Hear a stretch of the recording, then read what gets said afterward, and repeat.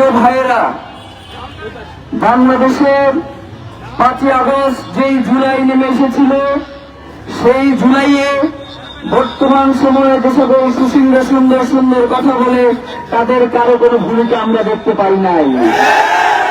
ভাইয়েরা, একটা কথা আমরা স্পষ্ট করে বলে দিতে চাই, শহীদ ওসমান হাদির গ্রাফিতির উপরে কালি মেরেই যদি শহীদ ওসমান হাদি আড়াল করে যেত, তাহলে আজকে 30তম দিনে এসে এই জনতাকে এখানে পাওয়া যেত না।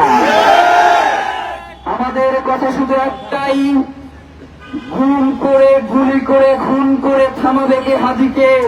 শুয়োরের বাচ্চারা চেনে না আজাদিকে। প্রিয় ভাইয়েরা, আজকে 30তম দিন, এখন পর্যন্ত সরকারের পক্ষ থেকে এমন কোন সুস্পষ্ট আশ্বাস তারা দিতে সক্ষম হয় নাই, যার কারণে এই জুলাইয়ের জনতা আশ্বস্ত মনে ঘরে ফিরে যেতে পারে। প্রিয় ভাইয়েরা, ইতিপূর্বেই আপনারা দেখেছেন যে বর্তমান যে ইলেকশন কমিশনার, তিনি বলেছেন যে হাদি হত্যা একটা বিচ্ছিন্ন ঘটনা। আমরা রাজনৈতিক দলগুলোর কাছে জানতে চাই, হাদি ঢাকা 8-এর গুরুত্বপূর্ণ একজন আসনের প্রার্থী ছিলেন। সেই সাথে জুলাই পরবর্তী আন্দোলনে জুলাইকে যারা ধারণ করেছেন তাদের মধ্যে হাদি ছিলেন অন্যতম।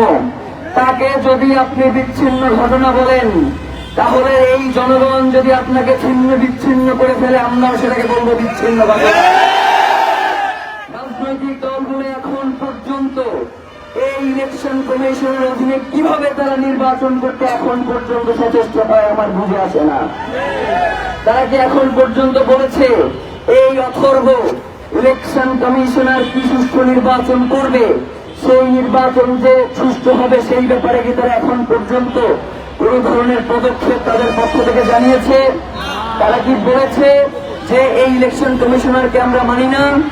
তাহলে রাজনৈতিক দলগুলোর যে দেউলিয়ত্বপনা, এই দেউলিয়ত্বপনা থেকে বাংলাদেশের জনগণ আজাদী চায়, বাংলাদেশের জনগণ মুক্তি চায়। আপনারা দেখেছেন যে বাংলাদেশে একটি রাজনৈতিক ছাত্র সংগঠনের একজন নেতা তিনি কি বলেছেন? তিনি বলেছেন যে হাদির 5ই আগস্টের পূর্বে তার অবদান কি? হাদিরা কোনদিন ফুটেজের রাজনীতি করে নাই, হাদিরা কোনদিন ফুটেজের রাজনীতি পছন্দ করেন না। এরপরেও অসংখ্য ভিডিও আপনারা দেখেছেন, গতকালকে সোশ্যাল মিডিয়াতে ছড়িয়েছে যে প্রত্যেকটা ভিডিও 5ই আগস্টের। হাদি কোনদিন চিন্তা করে নাই যে তাকে ভিডিও দিয়ে প্রমাণ করতে হবে তার আদরের এই লড়াইকে। হাদি একটা কথাই বলেছেন, জান দেব জুলাই দেব না। তিনি জান দিয়ে প্রমাণ করে গিয়েছেন তিনি জুলাইতে কিন্তু কোনো কিছুর কাছে বিক্রি করেন নাই। প্রিয় ভাইয়েরা, একটা কথা আমরা আপনাদেরকে বলে যাই, এই কথা তো শুধুমাত্র আমাদের একার কথা, ব্যাপারটা এমন নয়। ওসমান হাদি যেই লড়াই শুরু করেছিলেন সেটা কি শুধুমাত্র তার একার লড়াই? এটা তো বাংলাদেশের স্বাধীনতা সার্বভৌমত্বের লড়াই, এটা ইনসাফের লড়াই, এটা এই প্রজন্মের লড়াই, এটা ইসলামের লড়াই, এটা ইনসাফের লড়াই, এটা ইনকিলাবের লড়াই। এটাকে কোনোভাবেই দল মত এবং গোষ্ঠীর মধ্যে আবদ্ধ করা যাবে না।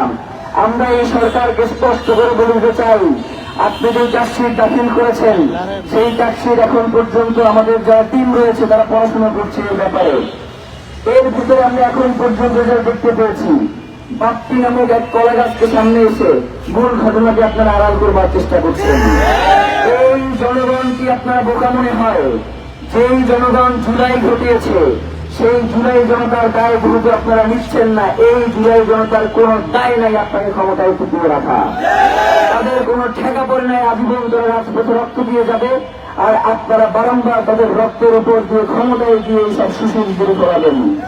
এই জনগণ, আজকে বাংলাদেশের জনগণ আপনাদেরকে একটা স্পষ্ট বার্তা দিতে চায়, সেটা হচ্ছে আগামী নির্বাচনে শহীদ ওসমান হাদি খুনিদের ব্যাপারে যারাই সচেষ্ট থাকবে, যারাই সোচ্চার হবে, ভোটের রাজনীতিতে জনগণ তাদের তিনি বেছে নিবে। এটাকে যদি আপনারা মনে করেন শুধু কথার কথা, তাহলে একটু অপেক্ষা করেন, একটু অপেক্ষা করেন এবং দেখেন যে এই ভারতীয় আধিপত্যবাদের বিরুদ্ধে ইনসাফের এই লড়াইয়ের যেই জনতা আপনাদেরকে ভোটের ময়দানে কি জবাব দেয় সেটার জন্য অপেক্ষা করেন।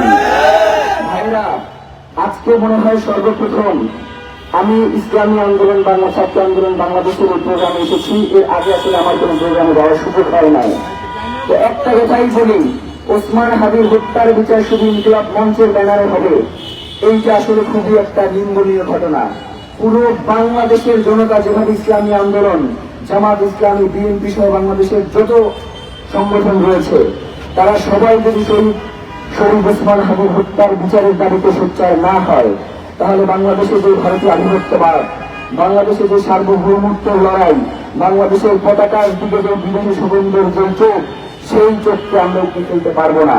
যার কারণে এখনো সময় রয়েছে আমাদের প্রত্যেকের দল মত সবকিছু ঊর্ধ্বে গিয়ে বাংলাদেশকে প্রাধান্য দিয়ে ইনসাফের এই লড়াইকে সামনে এগিয়ে নিয়ে যাওয়া। সবাইকে অসংখ্য ধন্যবাদ। বাংলাদেশ জিন্দাবাদ, ইনকিলাব জিন্দাবাদ। নারায়ে তাকবীর, আল্লাহু আকবার, আল্লাহু আকবার, নারায়ে তাকবীর। দিল্লি না ঢাকা, ঢাকা ঢাকা, গোলামি না আজাদি, আজাদি আজাদি, গোলামি না ইনকিলাব, ইনকিলাব ইনকিলাব, ক্ষমতা না জনতা, জনতা জনতা, ইনকিলাব না জনতা, জনতা জনতা, গোলামি না হাদি, হাদি হাদি, নারায়ে তাকবীর, আল্লাহু আকবার। সবাইকে অসংখ্য ধন্যবাদ।